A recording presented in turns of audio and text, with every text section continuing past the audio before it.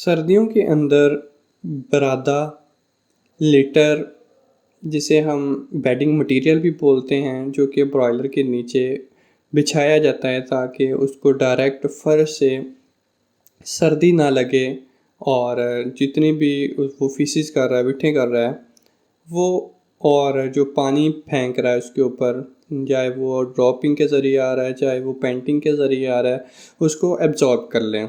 तो इसको बहुत बड़ा चैलेंज बन जाता है सर्दियों के अंदर इसको खुश्क रखने के लिए। तो आज हम देखेंगे कौन कौन सी इसको तदाबीर अपना कर हम अपने लिटर को खुश्क रख सकते हैं और अपने बर्ड्स को हेल्दी रख सकते हैं। आपको पता है कि अगर लिटर जहाँ पे वो बर्ड रह रहा है, अगर वो ड्राई होगा, खुश्क होगा, तो बर्ड कंफर्टेबल होगा, उसको कोई स्ट्रेस नहीं होगा और आज ज़्यादा वज़न हासिल करेगा, जिससे क्या होगा कि ज़्यादा प्रॉफिट आपको मिलेगा।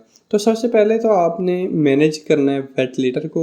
अगर कोई दरमियान से या किसी भी जगह से आपका लीटर गीला हो गया, तो हम सबसे पहले हमारी ट्राई यही होती है कि हम उसको, जो हमने ऑलरेडी थोड़ा बहुत लीटर रखा होता है, उससे एक्सचेंज कर दें। मतलब कि जो वेट लीटर हो गया है उसको हम निकाल दें और उसकी जगह खुश्क डाल दें। ये एक आम प्रैक्टिस की जाती है। या उसके बाद हम लीटर अब्जॉर्बर यूज़ करते हैं, जो कि उसके अंदर से वाटर को एब्जॉर्ब कर लेता है और एक अच्छा लीटर साबित होता है।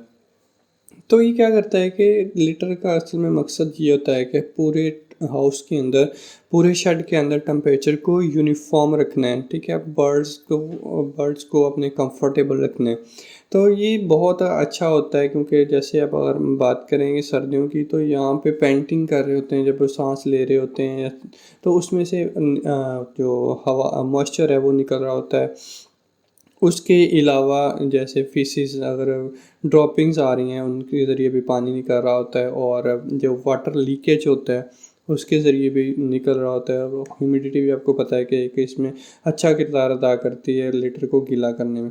तो हमें क्या चाहिए कि हमने सबसे पहले तो वेंटिलेशन को प्रॉपर करना है। अगर आपकी वेंटिलेशन अच्छी है तो इसमें देखें, अगर लीटर गीला हो जाता है तो उसमें अमोनिया प्रोड्यूस होना शुरू हो जाती है। तो इस अमोनिया को ख़त्म करने के लिए हम वेंटिलेशन पे आते हैं। वेंटिलेशन को आप कभी भी कंप्रोमाइज़ नहीं कर सकते, चाहे वो ज़्यादा, जितनी मर्ज़ी ज़्यादा सर्दी हो जाए, अपने वेंटिलेशन को कंप्रोमाइज़ नहीं करना है। अपने वेंटिलेशन करते रहना, ताकि आपके बर्ड्स जो हैं वो एबनॉशियस गैसें जैसे सल्फ़र होगी, अमोनिया होगी, कार्बन डाइऑक्साइड होगी, इनसे उनको स्ट्रेस आता है।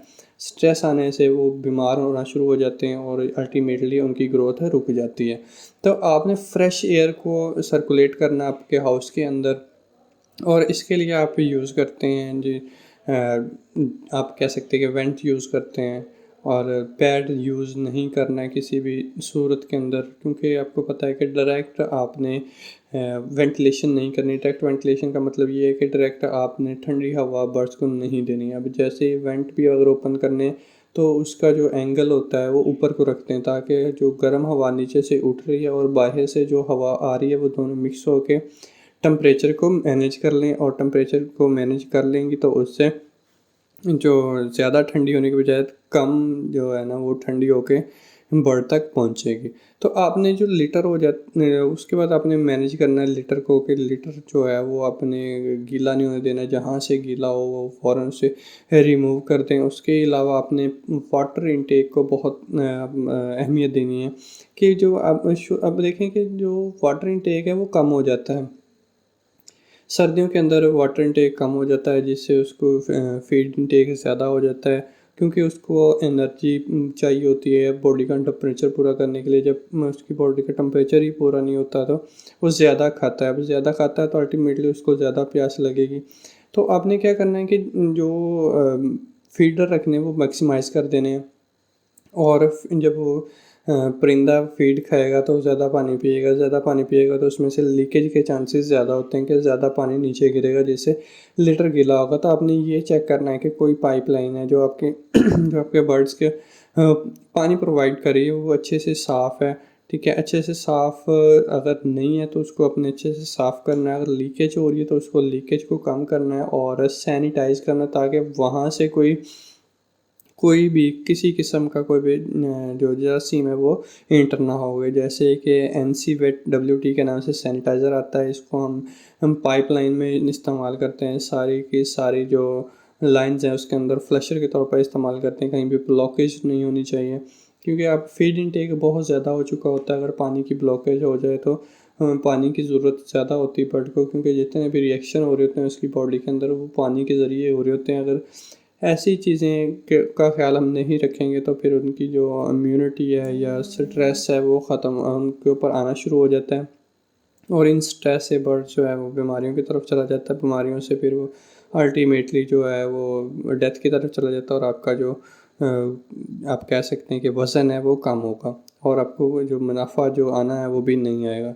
तो इसके लिए आप वाटर के अंदर इम्यूनाइजेशन इस्तेमाल करें, या perception, anti stressor, vitamins, minerals वगैरह पानी के अंदर इस्तेमाल करें, जिसके ज़रिए आपके जो बर्ड्स होंगे वो ज़्यादा पानी पिएंगे, और उसके जो पानी की कंजप्शन होगी वो कम होगी, क्योंकि उसकी जो चीज़ें होंगी पूरी हो जाएंगी, रिक्वायरमेंट पूरी हो जाएगी पानी की, जिसके ज़रिए फिर आपके जो वाटर इनटेक है वो भी कम हो जाएगी। मतलब ये है कि ज़्यादा फीड तो खाता ही खाता है। आपको पता है कि सर्दियों गर्मियों के अंदर तो वो 2 से 3 गुना तक बल्कि 2.5 से 3 गुना तक जो वाटर इनटेक होता है वो हो जाता है। अगर 1 किलो फीड खाता है तब वो तकरीबन 2.5 लीटर पानी पिएगा। तो इन सब चीज़ों को अपने मद्देनज़र रखते हुए आपने उसको क्या करना है कि मैनेज करना है, ताकि आपका लिटर जो है ना वो ख़राब ना हो। अब जो हम एनर्जी देते हैं, या हम फीड की बात की मैंने, तो फीड जो देते हैं वो हम 2 पर्पज़ के लिए देते हैं। या तो उसका जो टेम्परेचर है वो पूरा हो जाए, ठीक है, और दूसरा उसके जो नॉर्मल फिजियोलॉजिकल एक्टिविटीज़ हैं वो पूरा करने के लिए, या उनकी डेवलपमेंट के लिए, या प्रोडक्शन के लिए हम उसको फीड प्रोवाइड करते हैं। अगर हम प्रोडक्शन की बात करें तो प्रोडक्शन में फ्लैश आ जाता है, जिसे हम मीट पर्पज़ के लिए यूज़ करते हैं। जैसे ब्रॉयलर हो गया तो ये गोश्त बनाएगा, या फीदर प्रोडक्शन के लिए, जैसे कि अगर हम दूसरी जो फैंसी बर्ड्स होते हैं उनकी फैदर को ये बेहतरीन करता है। दूसरा अगर हम लेयर की बात करें तो एग प्रोडक्शन के लिए बहुत इम्पोर्टेंट होती है फीड। तो फीड की हमने ये ध्यान रखना है कि इसके अंदर साल्ट नहीं ज़्यादा होना चाहिए, क्या, ताकि उसकी जो डिमांड है वो पूरी हो सके। पानी की डिमांड अगर साल्ट ज़्यादा होंगे तो आपको पता है कि जो वाटर इनटेक ज़्यादा होगा, तो उससे अल्टीमेटली लीकेज पानी से जो लिटर का वेट हो जाना वो ज़्यादा हो जाएगा। तो इन चीज़ों से बचने के लिए आपने इन चीज़ों को मद्देनज़र रखना है, और एनर्जी और टेम्परेचर सब चीज़ों को मेंटेन रखना है। तो अगर आपको मेरी वीडियो अच्छी लगी तो सब्सक्राइब करना मत भूलिएगा, और दूसरों के साथ आप मेरी वीडियो को शेयर करें, इसके अंदर कमेंट करें। अगर आपको कोई चीज़ समझ नहीं आई है तो पूछें। अल्लाह हाफिज़।